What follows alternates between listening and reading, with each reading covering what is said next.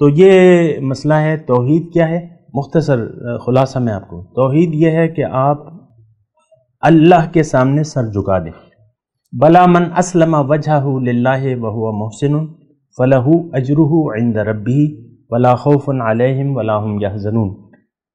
دیکھیں وہاں بھی لا خوف علیہم ولا ہم یحزنون، یہاں بھی لا خوف علیہم. جس نے بھی اپنا سر جھکا دیا اللہ کے حکم کے سامنے، اس کے لیے اجر ہے. فلہ اجرہ. اللہم صلی علی سیدنا محمد معدن الجود والکرم آلہ وسلم. سامعین و ناظرین اکرام، السلام علیکم ورحمۃ اللہ وبرکاتہ. آج کا ہمارا موضوع یہ ہے کہ توحید کیا ہے. دیکھیں اللہ تعالیٰ نے ہمیں بنایا ہے، انسان کو بنایا ہے. آپ کو معلوم ہونا چاہیے، آپ کو اس کا احساس ہونا چاہیے. ایک بہت بڑی پلاننگ تھی اللہ تعالیٰ کی. یعنی انسان تو سب سے بعد میں آیا ہے، پہلے کائنات بنی ہے. اور کائنات کی عمر آپ دیکھیں وہ بہت زیادہ ہے. ہم تو ابھی آئے ہیں، ہزاروں ہیں، وہ تو لاکھوں کروڑوں سال ہے. تو اب یہ ایک بہت بڑی پلاننگ ہے اللہ تعالیٰ نے ہمارے لیے کی ہے. آپ یہ نہیں کہہ سکتے کہ یہ کسی اور کے لیے پلاننگ تھی. ہم نہیں ہیں مقصود کائنات، انسان مقصود کائنات ہے. انسان نہ ہوتا تو یہ کائنات نہ ہوتی. اور انسانیت کا خلاصہ کون ہے؟ محمد صلی اللہ علیہ وسلم. لولا کا لما خلقت الافلاک ہے، سنا ہے؟ تو وہ خلاصہ ہے انسانیت کا، جڑ ہے، بنیاد ہے. تو یہ ہے مطلب اللہ تعالیٰ کی ایک بہت بڑی پلاننگ ہے اس کائنات کے پیچھے. پھر مقصود کائنات جو ہے وہ انسان ہے، ہم ہیں، آپ ہیں. اور یہ کیا مطلب اللہ تعالیٰ کی بنیادی چاہت کیا ہے یہ بھی آپ دیکھیں. یعنی اتنا بڑا بکھیڑا ہی آپ کہہ لیں. اللہ کے لیے تو کچھ نہیں ہے، وہ تو کن فیکون کا مسئلہ ہے. ہم دیکھ رہے ہیں بہت زیادہ پلاننگ ہے، بہت زیادہ پلاننگ ہے اس میں. ایک بات پہ آپ سوچیں، بہت زیادہ پلاننگ ہے. اب مثال کے طور پہ چاند پہ کشش ثقل نہیں ہے. اب یہاں پہ تو قانون ہے، بنایا ہے اللہ تعالیٰ. اسی سے یہاں اگر نہ ہوتی تو سب ہوا میں اڑ رہے ہوتے. یعنی یہ تو سوچ کی بات ہے نا کہ اللہ تعالیٰ نے یہاں زندگی کے اسباب پیدا فرما دیے. 60-70 سال 80 سال انسان گزار کے چلا جاتا ہے، جو بھی ہے. پہلے عمریں زیادہ تھیں بھر. تو دیکھیں اب اس میں اللہ تعالیٰ کی چاہت کیا ہے. یقیناً جتنی یعنی کائنات ہے اس سے بڑا فائدہ ہونا چاہیے، اس سے بڑا مقصد ہونا چاہیے.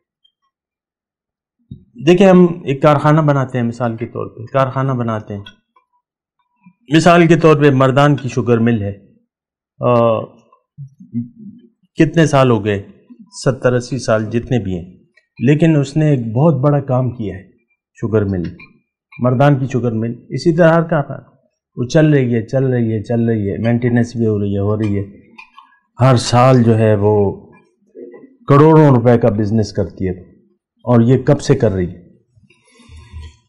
بلکہ اربوں میں بات چلی جاتی ہے. خیر میرا اس سے کوئی تعلق نہیں. میں آپ کو کہہ رہا ہوں کہ جتنی بڑی کائنات ہے اس سے بڑا فائدہ ہونا چاہیے. اس کا مقصود بڑا فائدہ ہونا چاہیے. تو یہ وہ فائدہ کیا ہے؟ اللہ تعالیٰ ہم سے کیا چاہتا ہے یا ہمیں کیا دینا چاہتا ہے؟ اللہ تو ہم سے کچھ نہیں چاہتا. یعنی اللہ کا اس میں کوئی مفاد نہیں ہے. وہ تو تمام تعریفوں کا مالک ہی وہی ہے. الحمد للہ، ساری تعریفیں تو اللہ کی ہیں. اس کی تو کوئی ضرورت نہیں ہے. تو اب یہ ہے نا کہ ہمیں پھر کوئی نہ کوئی مقصد ہوگا. تو مقصد میں آپ کو مختصر طور پہ بتاؤں کہ اللہ تعالیٰ ہمیں ایک بہت بڑا فائدہ دینا چاہتا ہے انسان کو. انسان جب میں کہتا ہوں تو یہ وہ روح ربانی مراد ہے. سلسلہ کیا ہے؟ روح ربانی، وہ روح کو دنیا میں آ کے جسم مل جاتا ہے، ایک زندگی مختصر ملتی ہے اور چند سال ماہ و سال گزار کے یہ چلا جاتا ہے. یہ ماہ و سال جو اس کا ہے یہ ایک بہت بڑا اس کے لیے فائدہ دینا مقصود ہے. اور وہ فائدہ کیا ہے؟ اس وقت ہم اس فائدے کا، اور جتنا بڑا فائدہ ہے اس کا، اس وقت ہم تصور نہیں کر سکتے۔ رب کی ملاقات قرآن کے الفاظ ہیں، رب کا دیدار قرآن میں ہے، رب کا تقرب قرآن میں ہے۔ یہ تین چیزیں جو ہیں یہ انسان کو مل جائیں گی، یعنی یہ اس کا مستحق ہو جائے گا۔ اگر دنیا کے میں ایک چکر لگا لے اور یہ وہ سودا کر لے، یہ سودا یہاں پہ بکتا ہے، یہ ایک چکر دنیا کا لگا لے، وہ روح دنیا کا ایک چکر لگا کے آ جائے اور اپنے مقصد حیات کا وہاں دنیا میں سودا بھی کر لے اور اس کے لیے کچھ کوشش بھی کر لے، ایک بہت بڑا فائدہ اسے مل جائے گا۔ اب بات یہ ہے، توحید کی میں بات کر رہا تھا۔ اللہ تعالیٰ نے انسان کی کامیابی ایک نقطے میں رکھ دی ہے، اور وہ بہت آسان ہے۔ یعنی یہ دیکھیں ایک بہت بڑا فائدہ ہے، اور یہاں آپ دیکھیں مثال کے طور پہ ایک کارخانہ ہے، اس کی قیمت مثال کے طور پہ 5 کروڑ ہے، لیکن ایک گروپ آف انڈسٹریز ہے، مختلف وہ ہیں، ہوتے ہیں نا گروپ آف انڈسٹریز، وہ اس کی مطلب آپ لگا لیں 50 ارب ہے، مطلب جتنا بڑا سودا اتنی بڑی قیمت ہوتی ہے نا۔ جتنا بڑا آپ یہاں آپ دکان لیں، گاؤں میں لیں الگ ریٹ ہے، بینک روڈ پہ لیں الگ ریٹ ہے، جتنی قیمتی جگہ ہوگی اتنی بڑی قیمت ہوگی۔ تو اب یہ سودا تو بڑا قیمتی ہے، اس سے زیادہ قیمتی کچھ اور ہو سکتی ہے چیز؟ یوم یقوم الناس لرب العالمین وَإِنَّا إِلَىٰ رَبِّنَا لَمُنْقَلِبُونَ وَإِنَّا إِلَيْهِ راجعون۔ یہ سب کچھ اسی لیے ہے کہ یہ بہت بڑا فائدہ اس وقت تو ہم تصور نہیں کر سکتے، یہ بات تو کلیئر ہے۔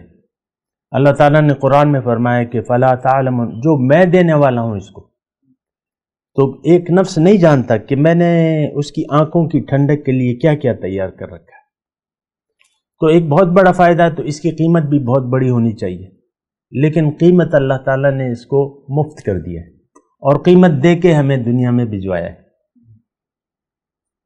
بعض اوقات ہوتا ہے نا بڑا سودا تو اس کے پیسے نہیں ہیں۔ اب ہم میں سے کتنے لوگ بے گھر ہوں گے، کرائے کے گھر میں ہوں گے، یہ ساتھ میں گھر بک رہا ہے مثال کے طور پہ، وہ جو ماربل وغیرہ لگے ہوئے ہیں اس کی 5 کروڑ روپے کسی نے لگائے ہیں، اس کے پاس تو 5,000 بھی نہیں ہے، تو کیسے لے گا مثال کے طور پہ؟ تو قیمت بڑی، لیکن یہ ہے کہ یہ تو اللہ تعالیٰ کی مہربانی ہے کہ اس نے ہمیں قیمت جیب میں رکھ دی ہے کہ جاؤ دنیا میں سودا کر کے آ جاؤ۔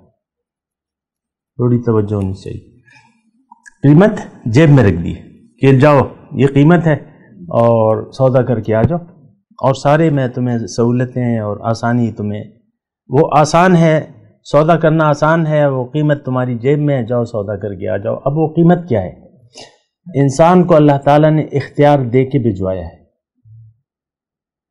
باقی تمام مخلوقات کی بنسبت اللہ تعالیٰ نے اس کو اختیار دیا ہوا ہے زندگی گزارنے کا، اپنی مرضی سے زندگی گزارنے کا اختیار دے دیا ہے، باقی کسی مخلوق کو نہیں ہے۔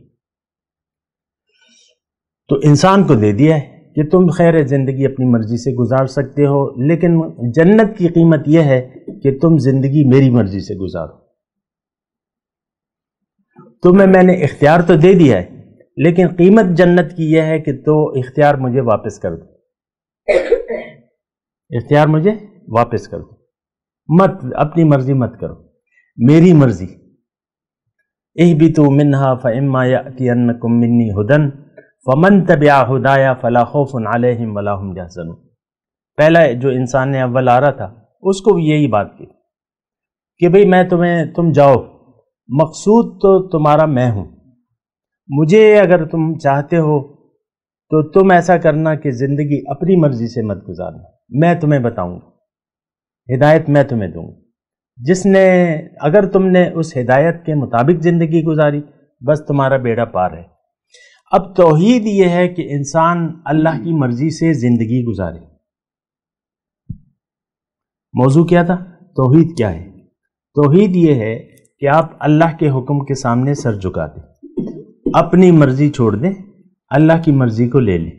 پھر تو اس کی تفصیلات ہیں جو بھی ہیں، وہ تو پھر تفصیلات میں بات آ جائے گی، وہ بھی پھر کسی وقت کر لیں گے.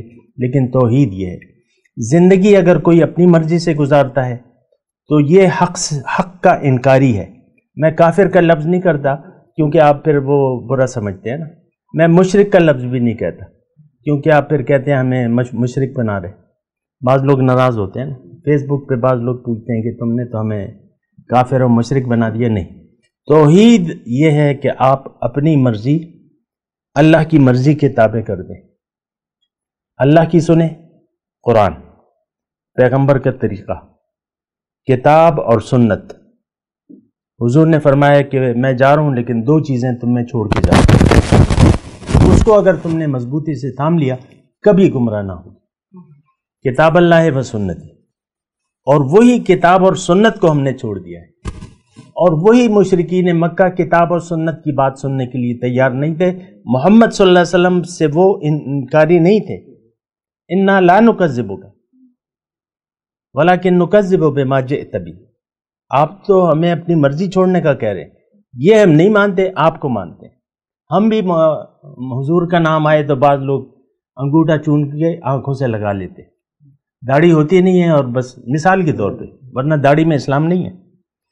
تو یہ مسئلہ ہے. توحید کیا ہے؟ مختصر خلاصہ میں آپ کو، توحید یہ ہے کہ آپ اللہ کے سامنے سر جھکا دیں. بلا من اسلم وجہہ للہ وہو محسن فلہ اجرہ عند ربہ ولا خوف علیہم ولا ہم یحزنون. دیکھیں وہاں بھی لا خوف علیہم ولا ہم یحزنون، یہاں بھی لا خوف علیہم. جس نے بھی اپنا سر جھکا دیا اللہ کے حکم کے سامنے، اس کے لیے اجر ہے. فلہ اجرہ، اور کسی کے لیے اجر نہیں. اچھا پھر حضور کا ایک فرمان سنیں، وہ خوش فہمی آپ کی دور ہو جائے گی نا. حضور فرماتے ہیں کہ میری ساری امت جنت میں جائے گی. کل امتی یدخلون الجنت الا من ابا. ساری امت میری جنت میں جائے گی لیکن جس نے انکار کیا. ابا، انکار کیا. صحابہ، یہ ذرا جملہ ذرا وضاحت طلب تھا. صحابہ نے پوچھ لیا حضور یہ انکار کرنے والے کون ہیں جو جنت میں نہیں جائیں گے؟ اس کی وضاحت کیا ہے؟ حضور نے فرمایا جو میری اطاعت کرے گا وہ میرا امتی ہے، جنت میں جائے گا. جس نے میری اطاعت سے انکار کر دیا وہ دوزخ میں جائے گا، وہ جنت میں نہیں جا سکتا. نہ میں شفاعت کروں گا اس کے لیے اور اس کا کوئی امکان نہیں ہے الا من ابا. تو دیکھیں یہ تو ہم نے اپنے لیے ایک ڈھکوسلے بنائے ہوئے نا. یہ ہے ہم نے کلمہ پڑھا ہوا ہے، مسلمان کے گھر میں پیدا ہوئے ہیں، اور یہ دیکھو داڑھی بھی چھوڑی ہے، یہ دیکھو 5 وقت کی نماز بھی پڑھ رہا ہوں. یہ ڈھکوسلے ہیں. آپ سر جھکانے کے لیے تیار نہیں ہیں اللہ کے حکم کے سامنے. باقی زندگی تو آپ اپنی مرضی سے گزار رہے ہیں. آپ مسلمان ہیں ہی نہیں، اللہ کی نظر میں نہیں ہے. ایمان آپ کے دل میں نہیں ہے. قل لم تؤمنوا ولکن قولوا اسلمنا ولما يدخل الایمان فی قلوبکم. اصل تو وہ آپ کا دل اقرار باللسان و تصدیق بالقلب. ہمارا دل تو انکاری ہے، تصدیق نہیں کرتا. یہ بات نوٹ کر لیں. زبان سے پڑھتے ہیں نا اقرار باللسان و تصدیق، ہمارا دل انکاری ہے. نہیں، نہ اللہ کا حکم ماننا ہے نہ رسول کا طریقہ. ہم نے زندگی اپنی مرضی، ہمیں چھوڑ دو. ماما چیڑا. وآخر دعوانا ان الحمدللہ رب العالمین. مولاي صل وسلم دائما ابدا على حبيبك خير الخلق كلهم.